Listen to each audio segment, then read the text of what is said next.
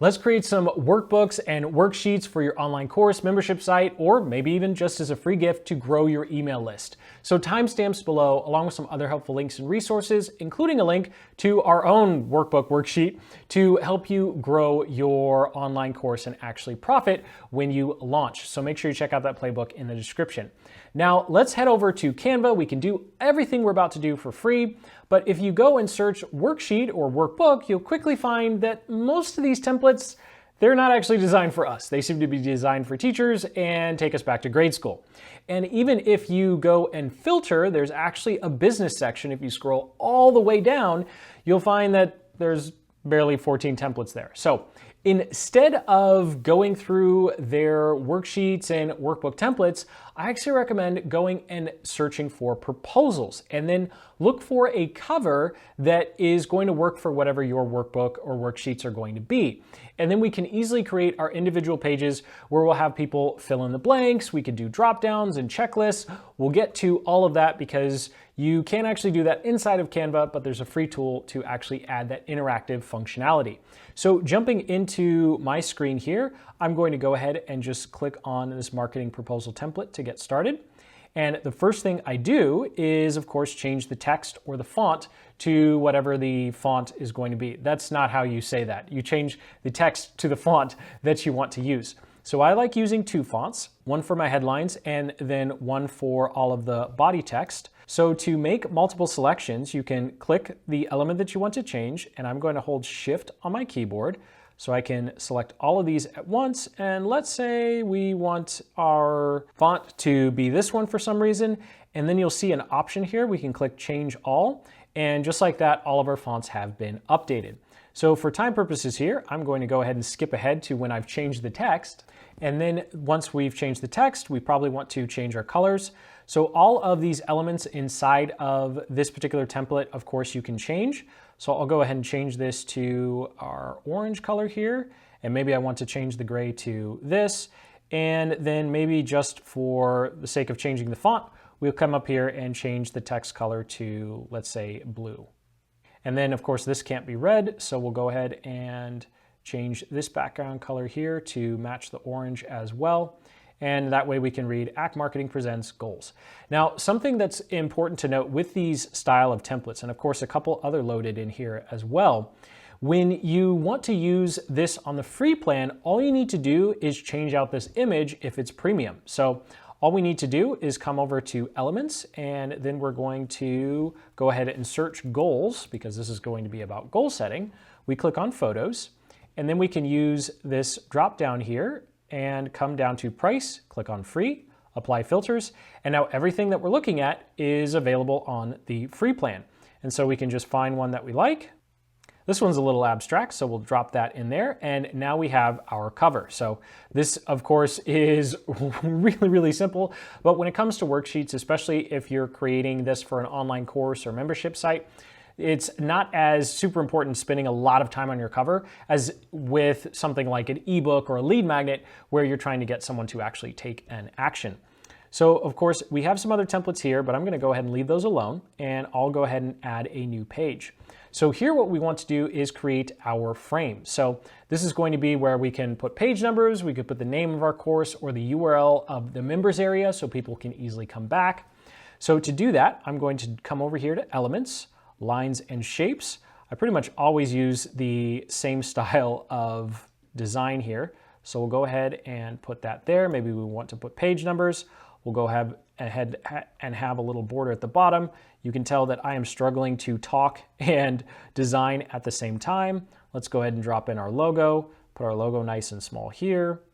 And then let's go ahead and add some text. So I'll come back up here and I'll go to Elements, and not Elements, actually Text, drop in some text, and I'm going to put the URL of the membership site. So it's really easy for people to go back to where they came from when they initially downloaded it. And at the end of this guide, we'll go through how to actually set it up so this can easily be shared. So there we go. And to hyperlink it, all we need to do is come up to these three little dots. We'll click on the link icon, and you'll see here this is going to help us when we create our table of contents. But for now, I can just go ahead and put the actual URL, and then when we export this, people can easily click to go back to the members area. And so that's all you really need to do with the frame. And so now let's start talking about adding some elements to our pages so that people can enter their information. And a good way to think about designing and creating your worksheets is what information do you need to essentially pull out of whoever's using it, and then what do they need to do with it in order to get the answer, right? So the first thing we can do, elements, we'll go to recently used, we'll use another square. Now don't do this if you plan on having people print it out. If people are going to be printing it out, you don't actually want to use these solid elements. Instead, what you want to do is come up here, add a border, and then create it transparent. And this will work a lot better because you're going to save people a lot of ink. For our example here though, I'm going to assume that people are not going to be printing this out. So I'll go ahead and start off by making a square here, and then we're going to use another software for people to drop in, be able to actually type in here. So, okay, actually I decided to add a third one, just cutting for time so you don't watch me click and drag all over the place. And then we'll go ahead and give this a title. So let's say this is a goals worksheet, right? So let's say all goals for 2023. We'll make this a little larger and of course bring this down. And we'll go ahead and make the text white, and we'll click and drag it up. And then when we export this and use another piece of software, we can easily create text boxes here. So that's just does it for the basics of how to kind of put together a very basic bare bones looking worksheet. So now let's go ahead and create a checklist. So let's say we want people to list out all of their goals, and then we're going to help them organize it and put it into a checklist. And let's add some drop-down menus just to be fancy. So here what we can do is I'll go ahead and copy paste this element here, and we'll start by bringing in another square, and this time I'm going to put the border weight at 5, and then I'll change the border color to our orange here, and I will change it to not have anything in the center. And then this way we have a little checkbox. So we can go ahead and click and drag our checkbox here, and you can actually hold Control on Windows, Command on Mac for the duplicate function. And so now all I have to do is hit Control or Command D, and it will duplicate, or now that I paused, it doesn't do it anymore. And then we can click and drag these down. And you'll notice that these purple lines are helping us make sure that things are spaced out correctly. There we go. Now Canva's figured it out. So eventually Canva will figure out that you want all of these in a row. And it looks like they're off by a little bit, but for time purposes, I'll go ahead and leave that alone. And then we can go ahead and click and drag up. And just like that, we have our checklist. So I'll go ahead and, of course, I would duplicate this element and put that all the way down the page. And of course, this one looks a little funny without a title. So I'll come over here to our headings. I'll make sure our heading is the same as the title page here. And then we'll go ahead and say to-do list, click and drag it up. And then maybe we want to make it bold and change the title to blue. So now we have a place for people to enter in all of their goals. And now we have a checklist. So next, let's try making a quadrant. And so really all we're doing here is we're just coming up with different ways to graphically represent the information that they need to input and then help them organize that in a way that makes sense. So for us, we like using something called the 4 digital business quadrants. And I say that as if it's a thing. It's just something we made up. But we'll go ahead and change this line weight to 26, looks good. So I'll click and drag it over. We'll go ahead and make a little quadrant here. I'll go ahead and duplicate the element, and then I can click and drag it like that so it's 90 degrees. And I'll rely on these purple lines to make sure that it's centered. And I'll go ahead and make this a lot bigger. And I'll go ahead and change the color here. So we'll click on line styles. Of course, it could be orange. That seems a bit much. So we'll go ahead and use a dark gray. So definitely be careful with your colors as well. I am guilty of using way too many colors and color coding way too much. So then this is going to be our quadrant goals. I'll go ahead and give each quadrant a label. And now that I have some labels, I'll come up and grab this element again. So I like making sure that anytime that someone's supposed to be entering text, I use the same kind of really light background color. So here people are going to be able to enter in a couple different tasks. And so we'll go ahead and let's say we put the task like that, and we'll click and drag so we can have a nice little list. And then once we have our list, we can go ahead and copy this, or we could hit Control or Command D, and then click and drag it over so that we center it with our others. And then I can also hold Shift, select all of these to save us time, Command D or Control D, Windows or Mac, and then go ahead and center this as well. And of course, all those purple lines hopefully means that I centered it correctly. And then if we really wanted to get fancy, I'll add a space for a drop-down menu. So I'll go ahead and click on this element, and let's go ahead and make it a lighter gray or a dark gray. Yeah, dark gray I think works. We'll click and drag to line it up there, and then we'll bring it nice and small. And of course, I should have done this before I duplicated all these other elements. All right, made it a gray color, switched it to a square because that looks so much better than that weird looking circle. So I can copy paste these down. And so we'll skip ahead to me foolishly redoing all of this so it's copied over to the others. And zooming out here, so we have 3 pages so far. We have our page where we're just going to have them enter in a bunch of text. We have a page to create a really long to-do list, and then we have a page to help them organize some of their goals, and we'll create a drop-down menu for these. And here's some examples from some of the previous demos we've done to just help jumpstart some ideas for your own workbooks and worksheets. So jumping back into our design here, let's go ahead, wrap things up with a table of contents, and then we'll get to making this thing interactive.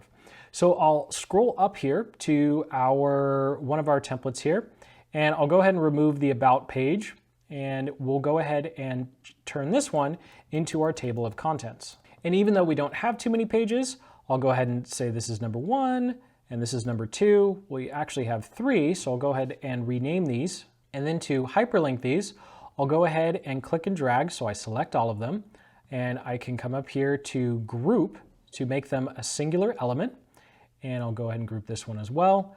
And I will click and drag both, bring them up higher. Probably need to move the table of contents because I have 3 as well.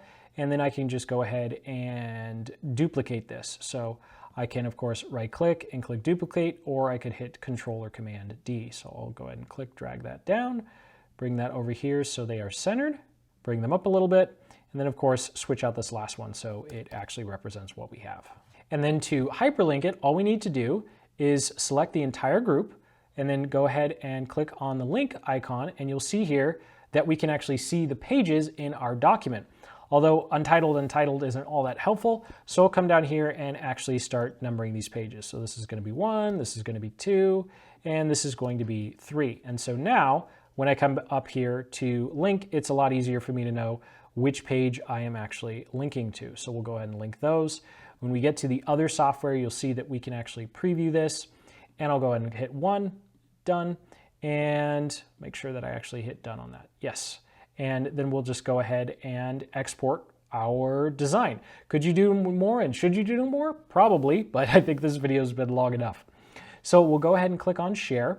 Now, if you're going to email this, you're going to need to do PDF standard, and this is going to make sure that as much as possible, you want your PDFs to be under 25 megabytes so that they can actually be emailed as an attachment. For us, this is going to be inside of a membership site, so we'll go ahead and just do PDF for printing because we're not worried about file sizes, and then we can go ahead and click on download. And just like that, it's downloaded, so we're ready to go over to pdfescape.com to make our PDF interactive. So you don't have to create an account or pay, but if you do, then you'll be able to actually save your work. So we'll go ahead and go to the free online version here, and I'll go ahead to upload a PDF. I'll come over to my downloads here, I'll click and drag it over, and it will open up our PDF. So as you can see that we can actually already see the hyperlinks to our different pages. So if I click quadrant goals, it takes us down to quadrant goals for our table of contents. So of course, this is a great way to make sure that your links are actually working. And then this link right here would also work, taking people over to our actual site. So I won't do that for now. Let's go ahead and add some editable fields. We'll start with the paragraph, super simple. So we'll come over here to form fields on the left-hand side, and we will select paragraph because we want people to be able to hit enter. Text is just one single line of text. So we'll go ahead and hit paragraph. We'll go ahead and hit select. I'll go ahead and click and drag to make this where people can type. And then of course you have some font choices here. I'll go ahead and change this to 14.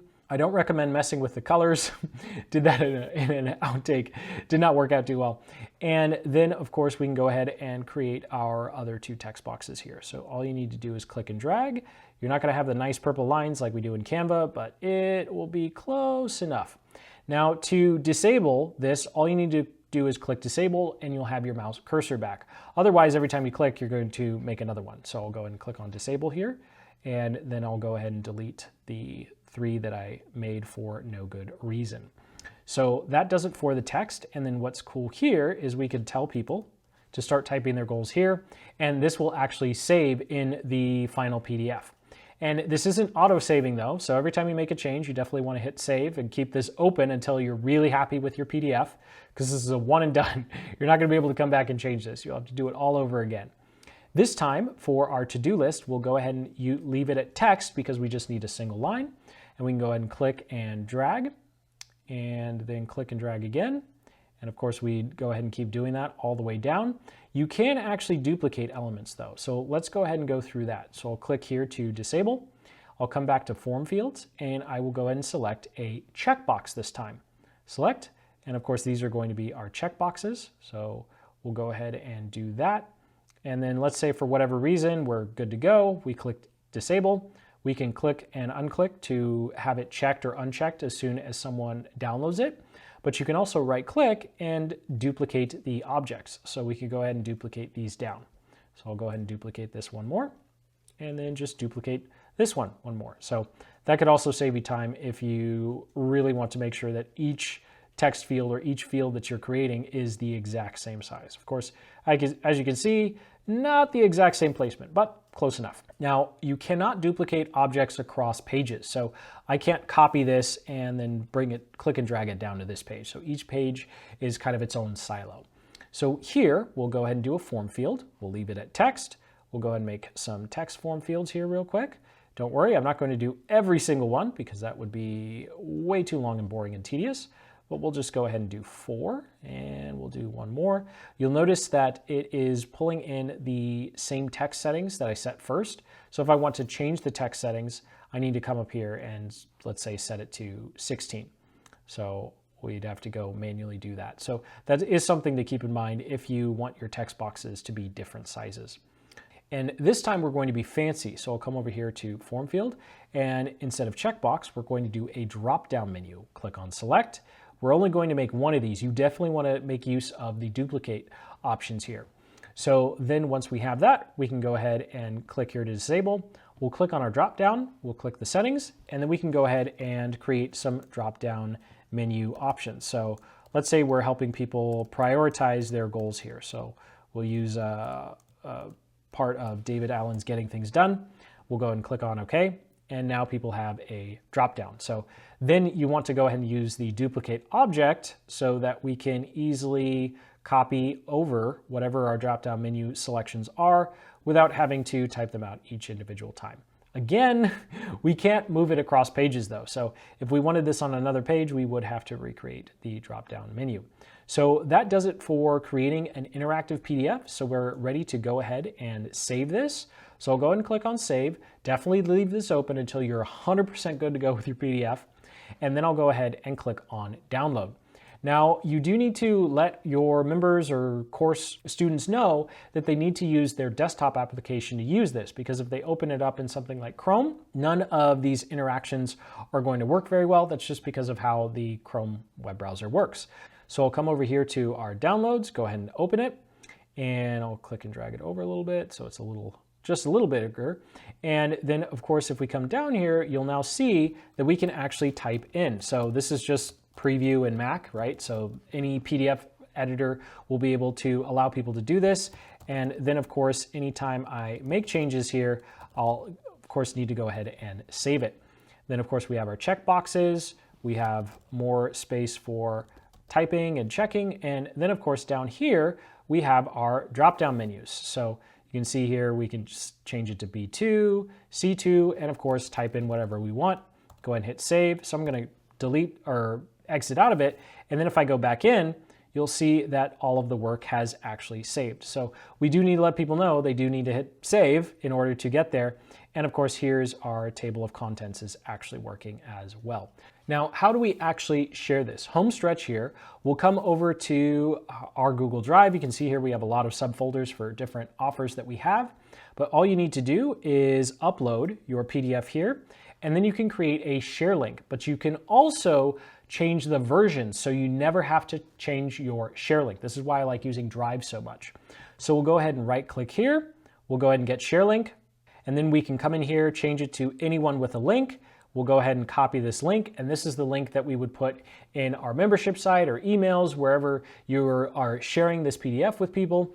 And then if we need to change it in the future, we can always right click here and we can go to manage versions, and then we can actually upload a new version right here, and that link that you shared stays the same. So you never have to worry about, oh no, I need to go update all my course links because I made some changes. It saves you a lot of headache and quite a few support emails as well. So thank you so much for watching. Sincerely hope you got some value out of this guide. You're a lot more confident creating your own workbooks and worksheets. Make sure you check out that link in the description to our online course playbook. It is ironically, a worksheet as well that will help you launch and profit with your own digital products and courses. Hit that like button, subscribe for more guides just like this one and ones that are a whole lot shorter.